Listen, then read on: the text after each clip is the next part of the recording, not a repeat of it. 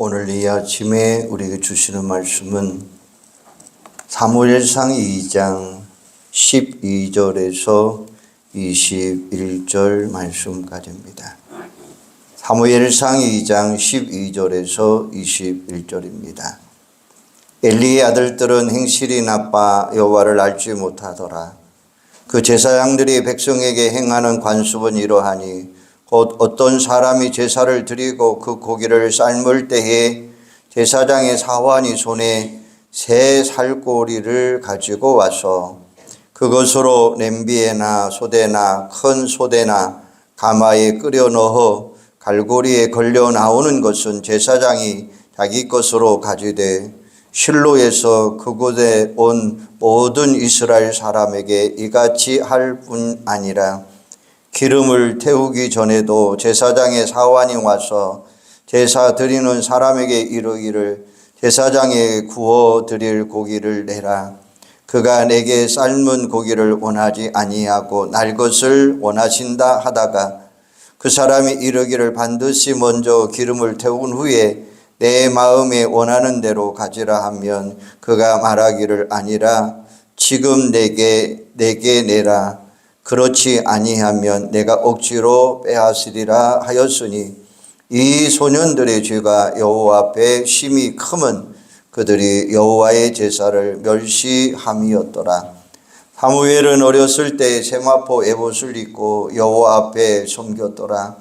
그의 어머니가 매년 드리는 제사를 드리러 그의 남편과 함께 올라갈 때마다 작은 겉옷을 지어다가 그에게 주었더니 엘리가 엘가나와 그의 아내에게 축복하여 이르되 여호와께서 이 여인으로 말미암아 내게 다른 후사를 주사 이가 여호와께 간구하여 얻은 바친 아들을 대신하게 하시기를 원하노라 하였더니 그들이 자기 집으로 돌아가매 여호와께서 한나를 돌보시사 그로 하여금 임신하여 새 아들과 두 딸을 낳게 하셨고 아이 사무엘은 여호와 앞에서 자라나니라. 아멘. 이 시간에는 찬양이 있겠습니다.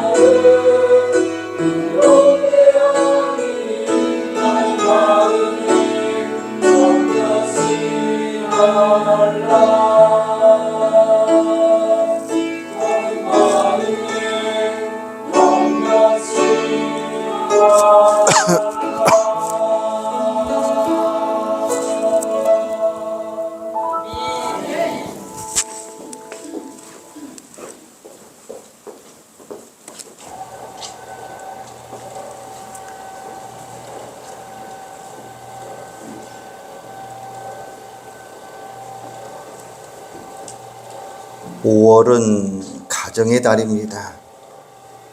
가정은 하나님이 디자인하신 최고의 기관입니다. 하나님은 교회보다 먼저 가정을 세우셨습니다. 가정은 바로 천국의 모델입니다. 가정은 바로 하나님이 주신 축복을 경험하고 누리는 행복의 발전소입니다. 발전기를 돌리려면 전기가 나오듯이 가정의 소중함을 깨닫고 가정이 회복되면 행복이 쏟아질 수 있습니다. 가정의 소중함을 깨닫는 5월, 여러분의 가정에 믿음과 사랑과 평화가 넘치는 행복의 발전소가 되기를 주님의 이름으로 축원합니다. 5월의 첫 주일은 어린이 주일입니다. 자녀는 하나님께서 우리에게 주신 기업이요 선물입니다. 자녀를 바르게 양육하는 것은 부모의 중요한 책임입니다. 여러분 가운데는 이미 성공적으로 자녀를 키우신 분도 계십니다. 지금도 자녀를 양육하는 분도 있습니다. 부모의 꿈이 있다면 자식이 잘 되는 것이겠죠. 그래서 뭐니 해도 자식 농사 잘 해야 한다라고 말씀들 합니다. 왜냐하면 자녀는 아비의 면류관이 되기 때문에 그렇습니다. 자식이 잘 되면 부모에게 영광이 되지만 자식이 잘못되면 부모의 영광을 가리우기 때문이죠. 그래서 우리는 어떻게 해서라도 자식을 잘 키워보려고 발버둥 치고 있습니다. 우리나라의 자녀 교육에 대한 관심은 세계적으로 유명한 나라입니다. 부모들의 뜨거운 교육열이 한국이 짧은 시간 안에 강대국을 이룬 원동력이 되었다라고 이야기들 합니다. 자녀 교육을 위하여서 가족과 생미이별하는 나라는 아마도 대한민국이 유일한 국가일 거예요. 더 좋은 조건에서 자녀 교육을 위해 미국이나 카나다로 취업 이민을 간 사람들도 많이 있다는 것입니다. 이민 브로커에게 4천, 5천만 원씩 주고 취업 비자를 받습니다. 미국인들이 하지 않는 3D 업종의 하나인 닭공장에서 하루 12시간씩 노동 착취를 당하고 일합니다. 주로 대기업의 임원들이나 금융기관의 중역 출신 등 이 땅에서는 힘주고 살던 엘리트들입니다. 그런데 왜 그들이 손마디에 관절염이 생기고 디스키가 생기도록 이민을 가서 죽도록 고생을 합니까? 오직 이유는 하나밖에 없습니다. 미국의 영주권을 받을 수 있고 영주권이 있으면 자식들 교육시키는데 유익하기 때문에 그런다는 거예요. 오직 자식 하나 교육 잘 시켜보려고 부모님들이 보여주는 희생은 가히 눈물겹습니다. 아마도 우리 대한민국 사람들처럼 한국 사람들처럼 자녀 교육에 헌신하는 민족은 또 없을 것입니다. 여기서 중요한 것은 무엇을 위해 그렇게 정성을 쏟아 놓아야 되느냐라는 거예요. 자녀 교육의 목표를 바르게 정할 필요가 있습니다. 우리나라 자녀 교육의 현실적인 목표가 무엇입니까? 좋은 대학, 진학, 좋은 직장, 돈, 권력, 인생의 성공이라고 하는 등식이 나오고 있습니다. 미국에서는 국가의 중요한 인재를 선발할 때 3가지를 중요한다는 거예요. 그 첫째는 능력이요, 인격이요, 헌신입니다. 첫째로 능력은 3가지를 갖춰야 되는데 우선순위를 정확하게 할 수 있는 능력, 비전과 방향을 제시할 수 있는 능력, 그리고 커뮤니케이션의 능력이다라고 이야기합니다. 두 번째로 인격은 남은 훌륭히 여기는 태도와 자신을 사랑할 줄 아는 사람, 즉 자존감을 가지는 것을 의미하고 있습니다. 세 번째는 헌신은 자신의 야망을 위한 삶이 아닌 더 좋은 세상을 만드는 데 최선을 다하는 사람을 이야기하고 있습니다. 그것은 한마디로 말하면 하나님의 나라를 어떻게 세워가느냐가 더 소중하다고 하는 말씀이에요. 미국을 이끌어가는 지도자들은 모든 사람이 하나님 앞에서 평등하며 인격적으로서 존엄성을 가지고 자유를 누리며 살 권리가 있다고 하는 보편적 가치를 추구하고 있다는 거예요. 이것이 바로 미국을 토막시키고 세계를 이끌어가는 힘이 되었던 것입니다. 그러나 오늘 우리들이 지향하고 있는 교육의 방향은 너무나 협소합니다. 내가 어떤 사람이 되어서 어떤 세상을 위해 기억하는 삶을 살 것인가는 비전이 없습니다. 인생의 비전을 위한 교육이 아닌 세상을 살아가는 처세서를 가르치는 경우가 너무나 많이 있습니다. 어떻게 해서든지 상대방을 이기고 자기만 높아지려고 하는 이기적인 교육. 그 결과 공부 잘해서 좋은 대학 가고 좋은 지위를 올리고 결국 자기 욕망의 노예로 살아간다고 하는 사실이에요. 오히려 능력 있고 권력을 가지면 가질수록 공동체에 더 큰 실망과 피해를 주는 경우가 허다하다고 이야기하고 있습니다. 이제는 헛된 환상에서 벗어나야 될 때가 되었습니다. 인류 대학, 인생 성공이라고 하는 잘못된 등식에서 벗어날 때가 되었습니다. 눈에 보이는 가치보다 눈에 보이지 않는 가치, 삶의 목적을 발견하도록 우리는 도와주어야 됩니다. 이게 바로 신앙교육이에요. 하버드 대학의 총장인 나단 푸시는 젊은 사람들에게 세 가지를 주어야 된다고 이야기하고 있는데, 하나는 믿을 수 있는 신조, 두 번째는 부를 수 있는 노래, 세 번째는 흔들릴 수 있는 깃발이다라고 이야기하고 있어요. 그것은 바로 올바른 신앙의 정체성을 심어주라는 말씀이에요. 우리 자녀들의 가슴 속에 믿음을 새겨주라는 말씀이에요. 부를 수 있는 찬양이 넘치도록 채워주라고 하는 말씀이에요. 영원히 흔들릴 수 있는 승리의 깃발을 찾아주라고 말씀하고 있습니다.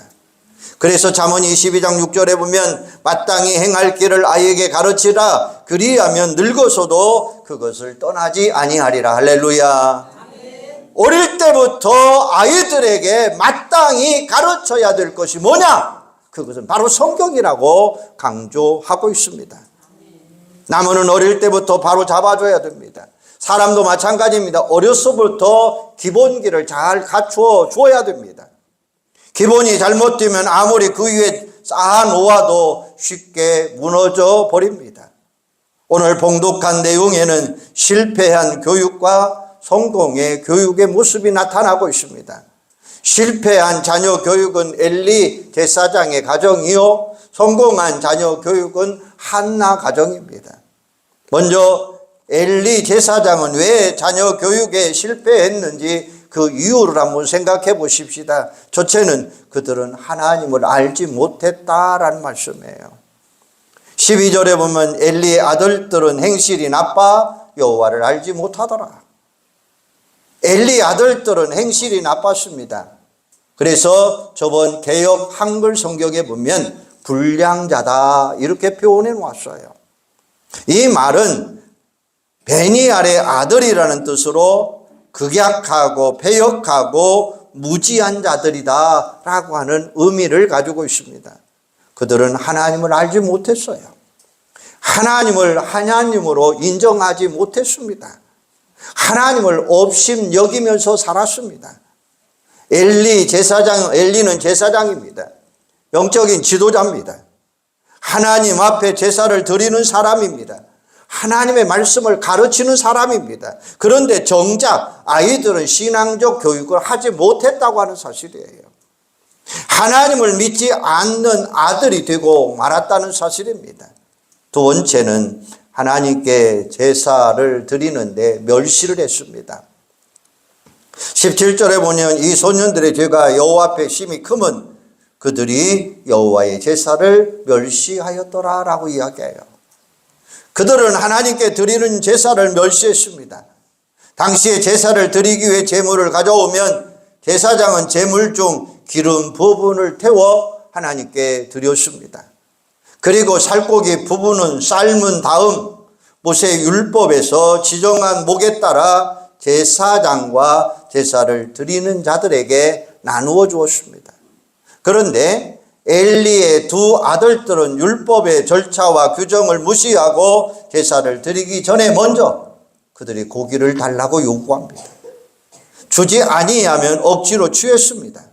하나님께 올려드리는 제사를 멸시하는 죄를 그들은 범하고 말았습니다. 세 번째는 그들은 순결하지 못했어요. 22절에 보면 엘리가 매우 늙었더니 그 아들들이 온 이스라엘에게 행한 모든 일과 회막문에서 수종드는 여인들과 동침하였음을 듣고 이렇게 이야기합니다. 그들은 하나님께 제사를 드리는 일을 돕는 여인들과 동침을 합니다. 순결을 지키지 못했다고 하는 사실이에요. 네 번째는 다른 사람들을 범죄케 했습니다. 24절에 보면 너희가 여호와의 백성으로 범죄케 하는도다 라고 이야기했어요. 그들은 자신들뿐만 아니라 다른 사람들까지도 범죄자로 만드는 거예요. 다섯 번째는 아버지의 말을 듣지 않았습니다. 25절에 보면 사람에게 범죄하면 하나님이 심판하시려니와 만일 하나님이 여호와께 범죄하면 누가 그를 위하여 간구하겠느냐 하되 그들이 자기 아버지의 말을 듣지 아니하였더라 라고 이야기합니다. 그들은 아버지의 말씀조차 듣지 않았어요. 한마디로 말하면 엘리의 두 아들은 신앙적인 면에서 도덕적인 면에서 윤리적인 면에서 모두 다 하나님 모시기에 패역한 삶을 살았다라고 이야기할 수가 있습니다. 결과가 뭡니까? 하나님께서 그들을 죽이시기로 작정하였더라라고 말씀하셔요. 그 가문에서 출산하는 모든 젊은이여서 죽게 만들겠다는 거예요. 한날에 두 아들이 죽게 된 말씀을 한번 생각해 보세요. 그리고 엘리의 후손 대신에 다른 가문을 일으켜서 제사장으로 세우겠다고 말씀합니다. 결국은 하나님의 말씀대로 엘리 가정의 모든 것이 다 이루어집니다. 이스라엘은 블레셋과의 전쟁에서 대패를 하게 되고 무려 3만 명이나 죽습니다. 하나님의 임재의 상징인 복귀를 빼앗깁니다. 홈니와 비니아스 두 아들은 같은 날에 죽습니다. 이런 소식을 들은 엘리 제사장 역시 충격을 받아서 의자에서 뒤로 넘어져서 목이 부러져 죽습니다. 마침 그의 며느리인 비니아스가 임신하여서 아내가 임신해서 아이들을 낳게 되는데 그 아이의 이름을 이가봇이라고 이야기합니다. 그 뜻은 영광이 이스라엘에게서 떠났다라는 말씀이에요. 왜 이런 엄청난 결과가 주어졌습니까? 바로 실패한 자녀 교육 때문에 그렇습니다. 엘리 제사장이 하나님 앞에서 자녀를 바르게 양육하지 못한 결과 하나님의 영광이 그 가정을 떠나가게 되었고 그 가정 안에 하나님의 비극이 나타나게 된 것입니다. 그러면 엘리 제사장이 자녀 교육에 실패한 것은 무엇입니까? 첫째는 엘리는 자식을 우상화시켰습니다. 사무엘상 2장 29절에 보면 너희는 어찌하여 내가 내 처소에서 명령한 내 제물과 예물을 밟으며 내 아들들을 나보다 더 중히 여겨 내 백성 이스라엘이 드리는 가장 좋은 곳으로 너희들을 살찌게 하느냐라고 이야기합니다. 대제사장인 엘리는 누구보다도 하나님 중심의 삶을 사는 것이 마땅한 자입니다. 그런데 그는 아들들을 하나님보다 더 사랑했다는 거예요. 더 귀하게 여겼습니다. 결국 자식을 우상화시킴으로 범죄하고 말았다라는 것입니다. 사랑하는 여러분, 여러분의 자녀가 아무리 사랑스럽고 소중해도 하나님보다 더 사랑하면 안 된다고 하는 사실입니다. 하나님보다 더 사랑하며 그 자녀를 우상시켜서는 안 된다고 하는 사실이에요. 그래서 무엇입니까? 하나님은 분명히 하시기를 바랍니다. 한번 따라서 해주시 바랍니다. 하나님은 질투하시는 하나님이다. 그 어떤 대상도 하나님보다 더 소중하게 여겨서는 안 된다라고 하는 말씀입니다. 요즘은 자녀가 우상인 경우가 많아요. 전에 비하면 자녀 수가 적다 보니까 금이야 옥이야 기릅니다. 여러분들 무슨 이야기를 한번 들어보신 줄 아십니까? 요즘 아이들을 가르쳐서 뭐라고 이야기하느냐 한번 따라서 해보시기 바랍니다. 남이공. 한번 따라서 해보세요. 남이공. 무슨 말인 줄 아십니까? 나 미안해 공주야. 남이공. 왜 공주인 나한테 그 일을 시키느냐라는 말이에요. 우리 주변에 온통 왕자병, 공주병 환자들이 너무나 많습니다. 이 세상에서 자기가 최고인 줄 압니다. 남에 대한 배려가 없습니다. 자기밖에 모르는 이기적인 아이들이 너무나 많습니다. 사랑하는 여러분, 자녀들을 하나님보다 더 귀하게 여기지 마시기를 바랍니다. 적어도 하나님을 믿는 자라면 우선순위가 무엇인가를 바르게 하시기를 바랍니다. 하나님을 최고로 자리에 모시고 하나님 중심으로 삶의 자리를 세워가시기를 바랍니다. 이것이 성공적인 자녀 교육이라고 하는 말씀이에요. 두 번째, 엘리는 자식을 책망할 줄 몰랐어요. 24절에 보면 내 아들들아 그리하지 말라. 내게 들리는 소문이 좋지 아니하리라. 너희가 여호와의 백성으로 범죄하게 하는도다 라고 이야기합니다. 엘리는 자식을 우상하다 보니까 잘못에 대해서 너무나 관대했습니다. 하나님께 드리는 제사를 멸시했다면 다시는 그런 짓을 하지 못하도록 바로 잡아주는 게 부모 아닙니까? 그런데 점잖게 타이를 뿐만 아니라 책망하지 않았다는 거예요. 자식의 잘못을 보고도 제대로 훈계하지 않았다는 거예요. 여러분 어떻습니까? 요즘 학교에서 체벌이 금지되고 있습니다. 인권 침해라고 해서 학생들에게 신체적인 접촉 자체를 금하고 있습니다. 그 결과 오히려 선생님들이 학생들에게 얻어맞는 일들이 종종 일어나는 것을 우리는 볼 수 있잖아요. 저는 개인적으로 체벌은 있어야 된다고 생각합니다. 물론 감정적인 태도로 지나친 체벌은 문제이겠지만 정당한 교육적 차원의 체벌은 있어야 된다고 저는 생각합니다. 여러분들이 학교 다닐 때 선생님한테 맞거나 벌받지 아니하는 사람 누가 있겠습니까? 여기 계시는 분 중에서 젊은 사람 빼고는 거의 다 맞으면서 자랐을 거예요. 그렇다고 인권 침해당하고 인격이 무시당한 적이 여러분 있습니까? 잘못했으면 당연히 벌을 받고 맞을 짓을 했으면 당연히 우리는 맞았다고 하는 사실이죠. 이것을 법으로 금지한 것이 오히려 교육 현장을 더 어렵게 만들어 놓았습니다. 가정에서도 마찬가지입니다.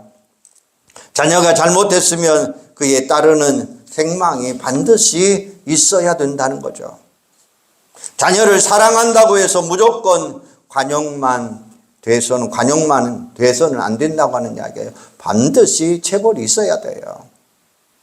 요즘 공공장소, 식당에서 하는 일들 한번 흔히 보시기를 바랍니다. 아이들이 뛰고 소리를 지르고 그냥 바라만 보고 있는 부모들이 있습니다. 그러다가 누가 조용히 좀 하라고 하면 왜 아이들 기죽이냐고 싸웁니다. 상황에 맞는 적절한 책망을 통해 타인을 배려하고 사랑하는 법을 가르쳐야 된다라고 하는 사실이에요. 공중 도덕을 잘 가르칠 줄 아는 부모들이 돼야 돼요. 요즘에 개척교육도 그런다는 거예요. 어린 아이들이 하나가 와서 난리를 쳐도 아무 소리 못 한답니다. 강대상에 목사가 설교하고 있는데 강대상에서 뛰어논다는 거예요. 그래도 한마디 말 못한다는 거예요. 사랑하는 여러분, 잠언 기자가 한번 잠언서는 우리에게 뭐라고 하고 있는지 한번 보시기를 바랍니다. 잠언 23장 13절에 보면 아이를 훈계하지 아니하려고 하지 말라. 채찍으로 그를 때릴지라도 그가 죽지 아니하리라.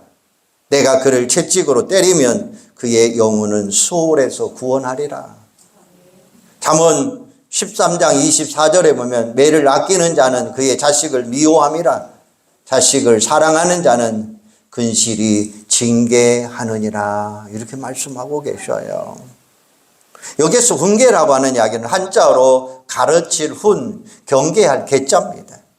이 말은 바른 길을 가르치고 가지 말아야 할 것은 엄히 경고하라라고 하는 말씀이에요.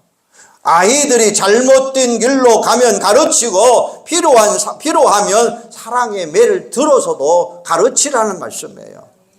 사랑한다고 잘못을 관용으로 덮어주면 오히려 나쁜 길로 빠져갈 수밖에 없다는 것입니다. 엘리 제사장은 자녀의 잘못에 대해서 지나친 관대함으로 결국 패역한 자식으로 전락해버리고 말았습니다. 자녀를 정말 사랑한다면 잘못에 대해서 바르게 깨닫고 책망하고 그럼으로 인해서 자녀 교육이 성공하게 될 줄로 믿습니다. 세 번째는 엘리는 신앙 교육의 빵점입니다. 오늘 본문 3장 13절에 보면 내가 그의 집을 영원토록 심판하겠다고 그에게 말한 것은 그가 아는 죄악 때문이니 이는 그가 자기의 아들들이 저주를 자청하되 금하지 아니하였느니라 라고 말씀해요. 엘리 제사장은 자녀의 잘못된 죄를 알고도 금하지 못했다는 거예요. 하나님 앞에서 패역한 짓을 보고도 올바른 신앙 교육을 시키지 못했다는 거예요. 사랑하는 여러분, 이 세상에서 가장 중요한 교육은 신앙 교육입니다. 아무리 자식을 많이 쌓아도 하나님을 아는 지식이 없는 자라면 어리석은 인생을 살아갈 수밖에 없다고 하는 사실이에요. 오스카 와일드는 이런 말을 했습니다. 하나님 없는 교육은 현명한 악마를 키우는 것과 같다라고 이야기했어요. 최고의 교육이라면 유대인인데 그들의 교육 핵심이 뭐냐? 바로 쉐마입니다. 쉐마의 교육을 받은 유대인들은 오늘 세계를 지배하고 있습니다. 노벨상을 받은 사람들이 299명, 그 가운데 3분의 1이 유대인 중에서 94명입니다. 우리나라 아시아 더해도 우리는 몇 명밖에 되지 않습니다. 그런데 서울 인구보다 조금 많은 1,500만 가운데 노벨상을 받은 사람이 이 한 나라에서 90명 이상이 나왔다고 하는 사실이에요. 미국 대학 교수의 35%가 유대인이고 모든 교육, 정치, 세계를 움직이는 위대한 예술과 과학 분야 모두 다 유대인들이 끌어가고 있습니다. 세계의 돈도 다 유대인들이 가지고 있습니다. 이 힘의 근원이 뭐냐? 하나입니다. 그 하나가 뭐냐? 쉐마라고 하는 사실이에요. 쉐마 교육은 하나님의 말씀을 계속해서 반복하고 들려주고 암송하는 것, 이게 쉐마예요. 하나님의 말씀을 제대로 가르치라고 하는 말씀입니다. 그래서 하나님의 말씀을 마음에 간직하고 생활 속에서 계속 묵상하도록 만들어가는 거예요. 하나님 중심으로 세상을 보게 만들고 하나님이 주신 지혜와 믿음으로 세상을 살아가도록 만들어 가라는 말씀이에요. 그 결과 그들은 지금도 세계를 이끌어가고 있는 영향력이 있는 민족이 된 줄로 믿습니다. 엘리 자녀의 교육이 실패했다면 한나의 교육은 성공한 자입니다. 그녀의 성공 비결이 뭐냐? 오늘 본문 18절 19절입니다. 우리 한번 18절 19절 한번 같이 한번 읽어볼까요? 시작. 하무엘은 어렸을 때에 세마포 에봇을 입고 여호와 앞에 섬겼더라. 그의 어머니가 매년 드리는 제사를 드리러 그의 남편과 함께 올라갈 때마다 작은 겉옷을 지어다가 그에게 주었더니, 한나는 아들 사무엘을 엘리 제사장 밑에서 훈련시켰어요. 매년 하나님 앞에 제사를 드릴 때마다 손수 만든 옷을 입혀 주었어요. 어렵게 얻은 아들이지만 하나님의 종으로 드리기 위해서 어렸을 때부터 성전에서 훈련을 시켰습니다. 그 결과 사무엘은 하나님의 사람으로서 귀하게 여김을 받았더라 라고 이야기하고 있습니다. 후에는 영적 암흑기인 사사시대를 종식시키고 새로운 시대를 여는 정치 지도자가 되었습니다. 동시대를 살았던 엘리 제사장의 실패와는 달리 한나는 사무엘을 신앙으로 아름답게 잘 양육한 사람이었어요. 그 결과 시대를 일궈 세울 수 있는 위대한 지도자가 된 거예요. 감리교의 장시인 요한 웨슬레는 이런 말을 합니다. 나는 어머니가 만든 어머니의 창작품입니다 라고 이야기를 했어요. 웨슬레의 어머니 수잔나는 탄광에서 광부들을 돕는 가난한 목사의 아내였습니다. 그녀는 13명의 자녀를 키웠는데 탄광촌에서 너무나 가난하여서 아이들에게 학교를 보낼 수가 없었어요. 자신 직접 교육의 교사가 되어서 자녀들을 교육을 시킵니다. 매일 저녁 6시부터 9시까지 기도일을 가지고 어린 자녀들을 위해서 매일매일 기도해 주었습니다. 아이들이 잠자리에 들기 전에 엄격한 문답을 하고 잠을 재웠어요. 사랑하는 자녀들아, 너희는 누구냐? 우리는 위대한 청소년들입니다. 누가 너희를 위대하게 만들었느냐? 하나님께서 우리를 위대하게 만들었습니다. 그러면 너희는 무엇을 하고 있느냐? 우리는 위대한 역사를 창조하고 있습니다. 그 일은 누가 시켰느냐? 우리를 위대하게 쓰기 위한 하나님이 시키셨습니다. 수잔나는 자녀들이 이러한 답을 하면 아멘 아멘 하고 잠자리에 들게 했다는 거예요. 이처럼 웨슬레 뒤에는 어머니 수잔나 여사가 있는 것처럼 위대한 인물 뒤에는 반드시 훌륭한 부모들이 있다고 하는 사실이에요. 어거스틴의 뒤에는 어머니 모니카 여사가 있었고, 출애굽의 영웅 모세의 뒤에는 요게벳이 있었고, 위대한 선지자 사무엘 뒤에는 한나라고 하는 어머니가 있었습니다. 여러분 가운데 이와 같이 성공적인 자녀를 교육하는 훌륭한 부모들이 나오시기를 주님의 이름으로 축원합니다. 위대한 선지자 사무엘을 양육했던 한나와 같은 믿음의 부모들이 다 되시기를 주님의 이름으로 축원합니다. 믿음의 명문 가문을 이뤄갈 수 있는 여러분의 가정들이 되시기를 주님의 이름으로 축원합니다.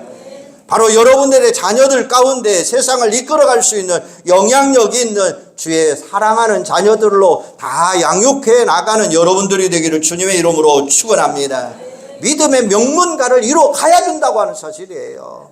우리의 가정들이 범사에 잘 되고 형통케 되고 놀라운 역사를 일으킬 수 있는 믿음의 가문들을 이뤄갈 수 있는 여러분들이 꼭 되시기를 바랍니다. 그 위에는 바로 쉐마라고 하는 것이 있습니다. 그 쉐마가 뭡니까? 하나님의 말씀입니다. 말씀 가운데 여러분의 자녀, 여러분의 신앙 교육을 통해서 여러분의 모든 자자손손들이 훌륭케 되는 영향력을 끼치는 아름다운 가정들 되시기를 주님의 이름으로 축원합니다. 기도하겠습니다. 하나님, 은혜와 사랑을 감사합니다. 오늘 동시대 사람들 두 사람을 생각해 보았습니다. 한 사람은 자녀 교육에 실패했고 한 사람은 자녀 교육에 성공했습니다. 아버지 하나님, 자녀 교육에 실패하면 가정이 실패합니다. 온 가정이 멸망합니다. 그러므로 인해서 오늘 우리가 신앙의 아름다운 유산을 물려줄 수 있는 아름다운 교육이 있게 하여 주시옵소서.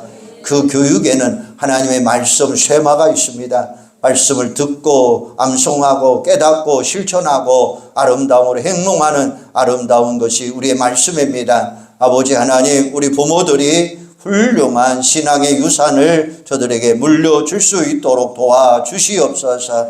그래서 아버지 하나님, 어거스틴의 어머니 모니카처럼, 모세의 어머니 요게벳처럼, 사무엘의 어머니 한나처럼 아름다운 성공의 자녀를 통해서 훌륭한 부모들이 될 수 있도록 하나님 역사하여 주시옵소서. 그래서 우리 온 성도들의 가정들이 믿음의 명문 가문을 이룰 수 있는 아름다움이 있게 하여 주시고 우리 온 가정의 자녀들이 세상을 변화시킬 수 있는 영향력이 있는 아름다운 자도로 양육시켜 주시옵소서. 예수님의 이름으로 축복하며 기도하옵나이다. 아멘.